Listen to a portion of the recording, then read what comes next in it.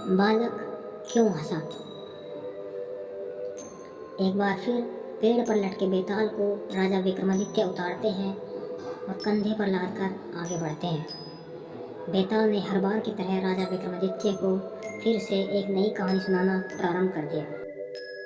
एक बार की बात है, चित्रकूट नगर में एक चंद्रलोक नाम का राजा राज करता था।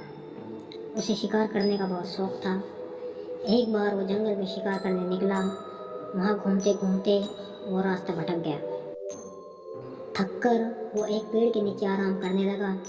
आराम करते हुए उसने एक खूबसूरत कन्या को देखा। उसकी खूबसूरती राजा की आंखों में बस गई। उस लड़की ने फूलों के गहने पहने हुए थे। राजा उस कन्या के पास पहुंचा। वो कन्या भी राजा को देखकर बहुत खुश हुई। इतने में उस कन्या की सहेली ने राजा से कहा कि यह ऋषि की बेटी है। उसकी सहेली की बात सुनकर राजा खुद ही ऋषि के पास गए। उन्होंने ऋषि को प्रणाम किया। ऋषि ने राजा से पूछा, राजा आप यहाँ कैसे। राजा ने कहा, मैं यहाँ शिकार खेलने आया था। राजा की बात सुन ऋषि ने कहा, बेटा तुम क्यों मासूम जीवों को मारकर पाप के भागी बन रहे हो। ऋषि की बात का राजा पर बहुत असर हुआ। राजा ने कहा, मुझे आपकी बात समझ आ गई है, अब मैं कभी शिकार नहीं करूँगा। राजा की बात सुनकर ऋषि बहुत खुश हुए और बोले, राजा तुम्हें जो मांगना है मांगो। राजा ने ऋषि की बेटी के साथ विवाह करने का प्रस्ताव रखा। ऋषि ने राजा की बात मान ली और बेटी की शादी राजा के साथ कर दी।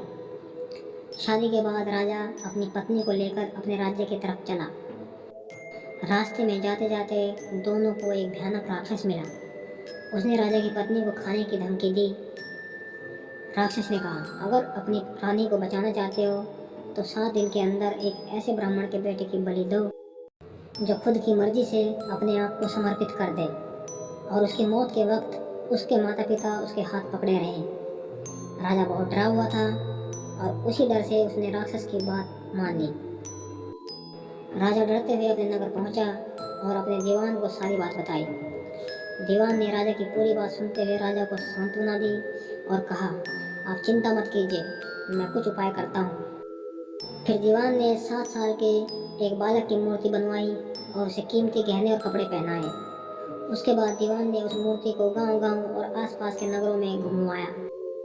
साथ ही उसने यह भी कहलवाया कि अगर किसी ब्राह्मण का 7 साल का बेटा अपने आप को अपनी मर्जी से बलिदान देगा और बलि के वक्त उसके माता पिता हाथ पैर पकड़ेंगे, उसे यह मूर्ति मिलेगी और साथ ही साथ 100 गाँव भी मिलेंगे। यह खबर सुनकर एक ब्राह्मण का बेटा राजी हो गया।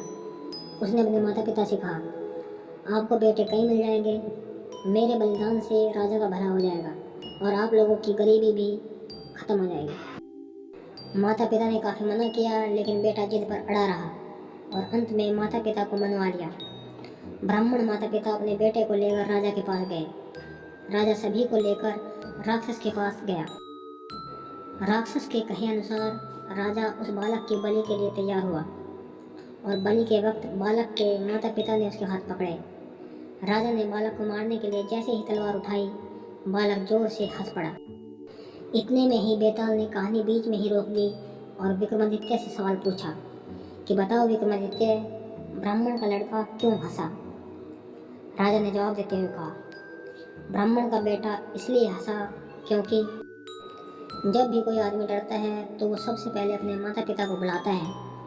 अगर माता पिता नहीं हो तो व्यक्ति राजा को मदद के लिए बुलाता है और राजा भी मदद न कर सके तो व्यक्ति भगवान को मदद के लिए याद करता है।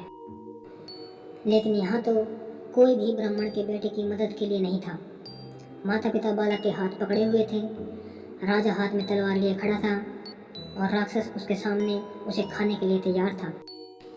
ब्राह्मण का बेटा किसी और की भलाई के लिए खुद का बलिदान दे रहा था और इसी कारण वो हंस पड़ा। इतना सुनकर बेताल खुश हो गया और राजा की तारीफ की। फिर तुरंत ही हर बार की तरह उड़कर पेड़ पर जाकर उल्टा लटक गया। कहानी की शिक्षा, विपत्ति का सामना मनुष्य को अकेले ही करना पड़ता है।